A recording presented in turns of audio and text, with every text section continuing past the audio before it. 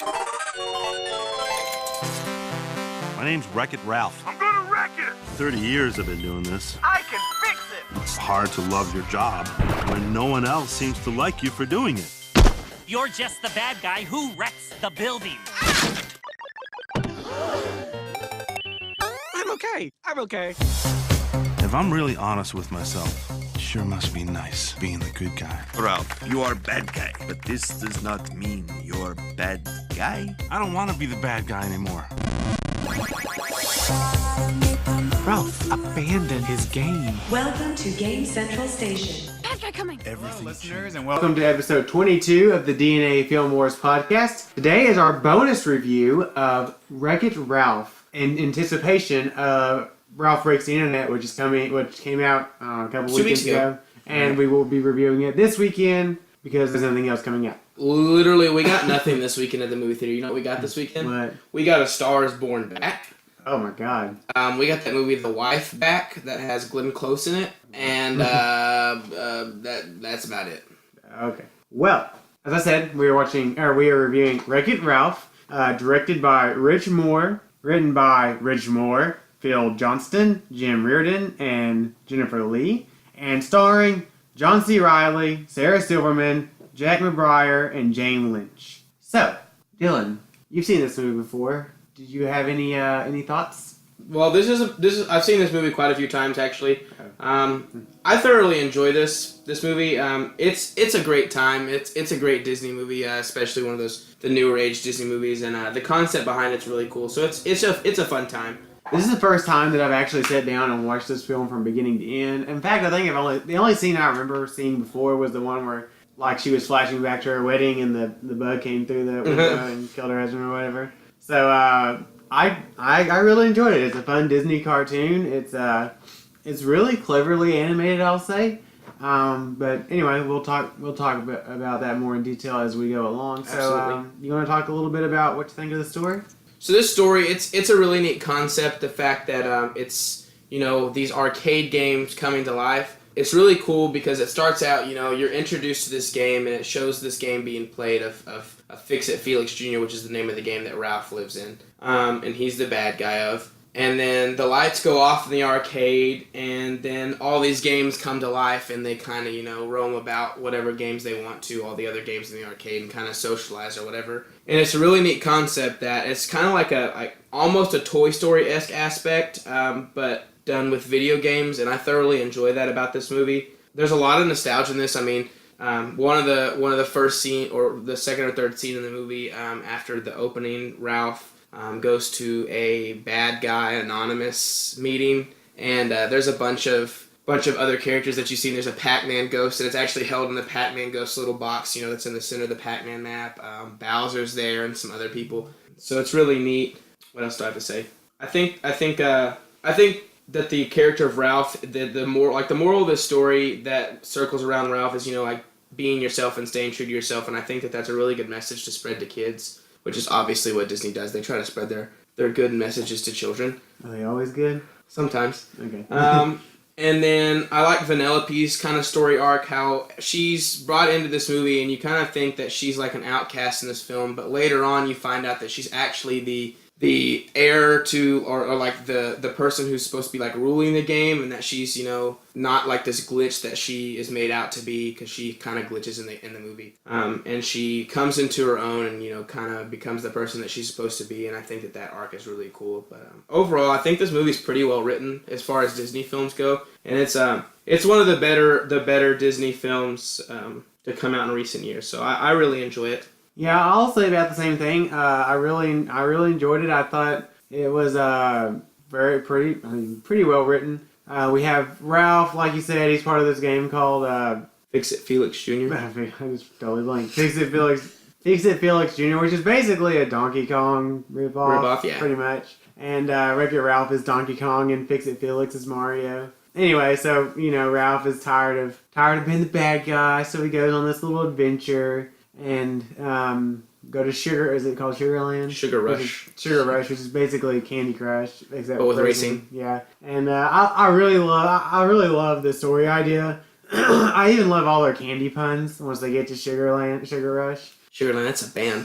Sugarland is a band. I mean, all the characters are great. We really have, 5 main characters? We have Ralph, Penelope. Vanellope. Her name's Vanellope. Vanellope. What's the girl from Hero? Felix, Calhoun, and then King Candy. And then King Candy. And King Candy is really turbo. They keep saying, did he go turbo in the movie? And you figure out as the movie goes along that there was this character in a game. He was in a racing game, and his name was Turbo. And he got jealous of this other game that got brought in, so he went rogue or turbo took over that game and got both games shut down. But somehow he ended up in Sugar Rush, and he took over that game. But anyway, I like all the characters in it. I think it's a really fun time. I like some of the little interesting bits, like how the characters in the Fix It Felix Jr. game made like 8-bit characters. I love that. That's kind of cool and everything. And like I said, the throwback references. We see a Pac-Man ghost. We see you see Pac-Man himself. We see Pac-Man himself. There's like a zombie. There's some other characters that I didn't recognize because I'm not an 80s kid. But it's a fun time. I mean, so I don't think you gave it an overall. Yeah, I forgot to give it a score.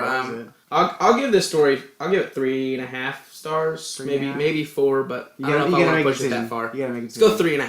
3.5. Okay, I'll give it 4. I think it's a good cartoon. I mean, I don't got any major plot holes. I think pretty much one of the big things that I noticed in this movie that I think a lot of movies struggle with. Everything they set up in the movie, they paid off in the end. Like the stuff that I didn't think they would, like the Mentos cavern. That the Mentos fell into this Diet Cola hot springs and blew up. That paid off in the end. The Turbo character paid off a couple of times because it ends up that King Philip is King Candy. King Candy is whatever Turbo actually. I really thought that was pretty good. How it's a really tight script. Yeah, it's really good. I thoroughly enjoyed it. I think, and then of course I love. Like some of the stuff they have is actually really funny. Like I love like I said, the wedding scene that I had actually seen before when the bug comes really through funny, the window and she pulls out a minigun and starts shooting. Like she pulls it just like out of her dress or something, like boom. And starts shooting it. That's funny. And I don't know. There's a lot of stuff. They did a really good job with this one. Yeah. So yeah, overall story 4 stars. What about the voice acting? All right. So voice acting in this, I think the voice acting is good in this too. I mean, they do a really great job. I mean, you can obviously tell from the beginning of the movie that Ralph is played by John C. Reilly. Yeah. He's even animated almost to look somewhat like John C. Reilly, but like a way bigger version of him. Sort of. He does a great job. I really enjoy him in this movie. I really enjoy John C. Reilly in general, especially when he is with Will Ferrell. Sarah Silverman does a great job. Jane Lynch's voice is obviously very recognizable as Calhoun in the movie. She does a great job. She has some of the funnier scenes in the movie, like you mentioned, the one with the bugs, and then the way she acts when she's around Felix, because Felix kind of develops this crush on her, are really funny. The person who plays Felix, Jack McBrayer, his voice is pretty recognizable. I've seen him in some other stuff that he's pretty funny in, and I've enjoyed him in those movies as well. I think he does a really good job, and I really like his voice as Felix in the movie. I find it kind of humorous the way his voice kind of is. But overall, I mean, everyone does a great job in this movie. There's some other people that are in this movie that I did not know were in this movie until now. Like Mindy Kaling plays a character in this movie. Ed O'Neill and Skylar Astin, who is in Pitch Perfect, is in this movie too. So everyone does a great job. I think the voice acting is really good. So I'll give it 4 stars. All right, yeah, I'll say the same thing. I actually didn't know John C. Reilly was in this movie, but as soon as I mean, it took me a couple seconds. You said, like, as soon as you heard his voice, you're like, who is that? I know that voice. And it's like, oh, John C. Reilly. I don't mind John C. Reilly. I'm not his biggest fan. Unlike Dylan over here, I'm not a big fan of his team-up duos with They're Will the best. Not really. Sarah Silverman, she does a really good job. I think she's really animated. I think she really, with her voice, is able to embody the character of Vanellope. And then, like you said, Jane Lynch and Jack McBrayer, both really good. They do a really good job in this film, so no complaints with the voice acting. I'll give it a. I love Jack McBrayer. He's kind of like Southern charm almost. The Southern charm, and like he like is. He's like, thank you, ma'am. And he's like, oh boo, excuse my language. I thought it was really great, but yeah, I think I'll give the voice acting 4.5 stars. 4.5. Oh, Look man. at me go. I'm being man. kind to the movie. All right, well, let's get into our hodgepodge section. This one, I guess this one's going to be a pretty quick review, but I'll let you go ahead and go first. All right, so yeah, on the hodgepodge section, obviously, I'm going to focus mostly on the animation. Oh, it's great. The animation is just really good. I like the kind of block style animation they got going with Ralph because he's from an 8-bit game. I love it, how all the characters, except for Ralph and Fix-It Felix, all the other characters have like this 8-bit motion thing. Well, when they're out of their game, they don't have that 8-bit animation, but when they're in their game, they do. They kind of fudge that. Sometimes they do, sometimes they don't. But that aside, minor complaint. And I love all the stuff they do in Sugar Rush. And it's kind of like Candy Crush, but you have the double striped canes that'll disappear if you stepped on them. And then, of course, all the racing and stuff is like a little racing game like you'd always play. And I actually really like the what is it called? The one with the bugs? Hero's Duty, yeah. Hero's Duty. And then it's kind of like a rip-off of Aliens. But, and also... Starship Troopers kind of vibe. It's like a Alien meets Halo meets Metal Gear Solid. Meets Starship Troopers. Or Gears of War. Anyway, it's a fun time, and it's like a first-person shooter game, and you get to see them go through that. And Fix-It Felix is really infatuated with, what's her name? Calhoun, because she's like a high-def video game, and he's an 8-bit video game, and he's like, oh gosh, the high definition. And it's really fun. But anyway, all the animation's great. I think the soundtrack, I mean, it's not grandiose or anything, but it really works for this movie. I don't know who's singing all the pop songs. I think Rihanna did one of them. Yeah, okay. And Hodgepodge section is good, so I'll give it 4 stars. All right. Like you said, the animation of this movie is great. Again, with your comment about like the 8-bit animation style and like the Fix-It Felix Jr. game, I love it because they're so like choppy and blocky moving almost, and it's really cool to see. There's a scene where this party's happening, this 30th anniversary party of their game is happening, and they're like dancing, and you can like see them dancing, and like the way they move is great. It's hilarious. And the little sounds it makes too, like it's like wait. It's so fun. Then when we like get out of Felix's game and you get to some of the other games like Hero's Duty, really looks like you're in a video game and you're like putting that on a screen, and it's really cool to see. And you kind of get to see like that behind the scenes aspect of like if games were alive, what would it be like behind the scenes? That's really cool. I love how brightly colored and cute looking Sugar Rush is. I think that it really pulls off what it's going for. So this movie's definitely very well animated. I mean, you got to expect that coming from Disney. So as far as animation goes, it's excellent. Sound is good in this movie. I love all the little sounds, like you said, like the characters make when they're moving or whatever, really good.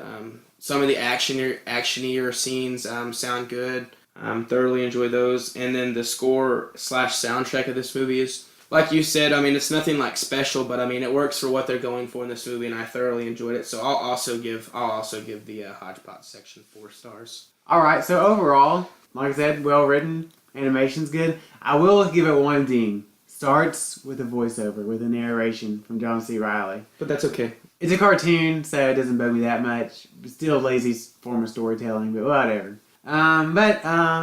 Overall, I think I'll give it 4 stars. They're nice, even 4 stars there.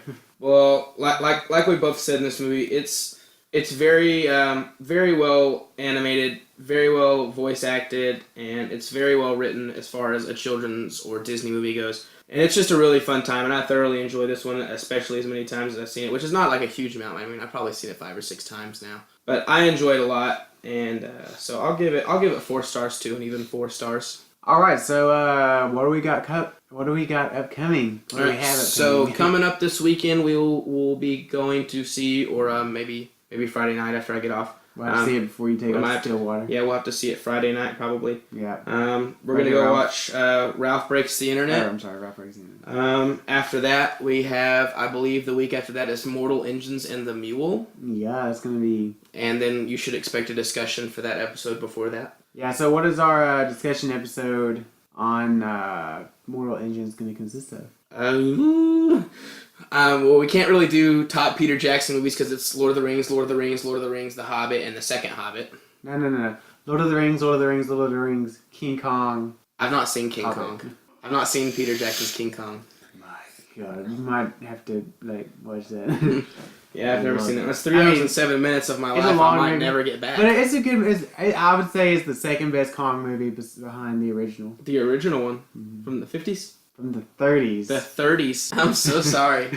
But that's just so long ago. It was a very long time ago. Well, you showed me Son of Kong, and that was just so cheesy. Son of Kong, also from the 33, came out the same year. Actually, I did not know that movie. It's old. It's not. I mean, obviously the production values on that one were not near as good, but yeah. It is what it is. It is what it is. But I don't know. I mean, we can't really do top Peter Jackson movies because I mean everyone knows what that's going to be. Top movies based on graphic novels. Is it based on a graphic novel? I believe so. Yeah. Are you sure? I'm pretty sure. Yeah, it says from the one of the trailers said from the famous graphic novel or something. Well, all right. I mean, I guess if it's based on a graphic novel, we can do that. I don't know what other movies are based on graphic novels, but The Dark Knight Returns and The Dark Knight Returns, both are really good. They're animated. They're animated DC movies about Batman. They're based on Frank Miller's The Dark Knight Returns. They're really good. It's kind of loosely the basis of Batman v Superman, but way better. Way better. And then what are we gonna do? 300. 300 will definitely be on the list. That's a Frank Miller novel right there. There you go. Top 5. What are we gonna do? Top 5 for the top 5 Clint Eastwood movies. I don't know if I've seen that many Clint Eastwood movies. Whoa. What?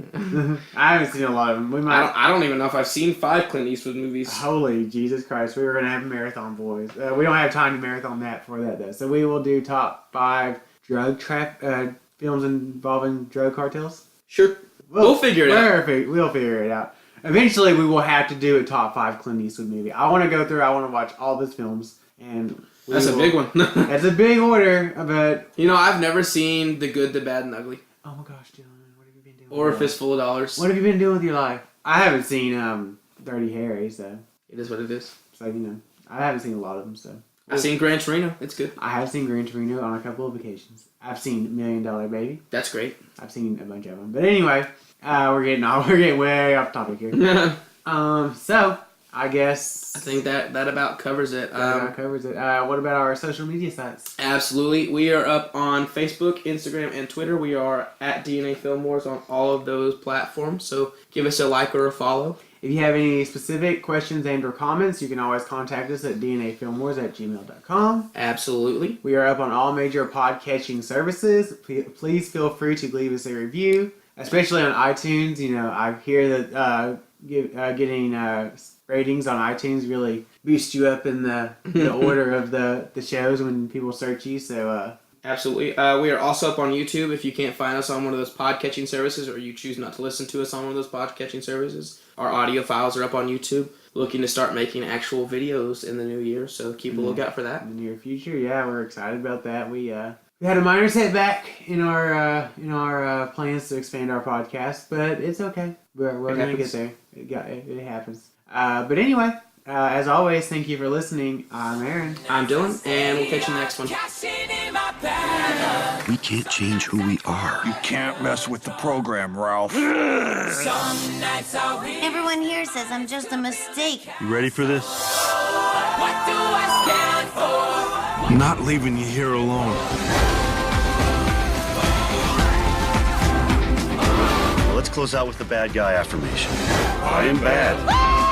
And that's good. I will never be good. No. And that's not bad. Hold that thought. There's no one I'd rather be than me. Hey!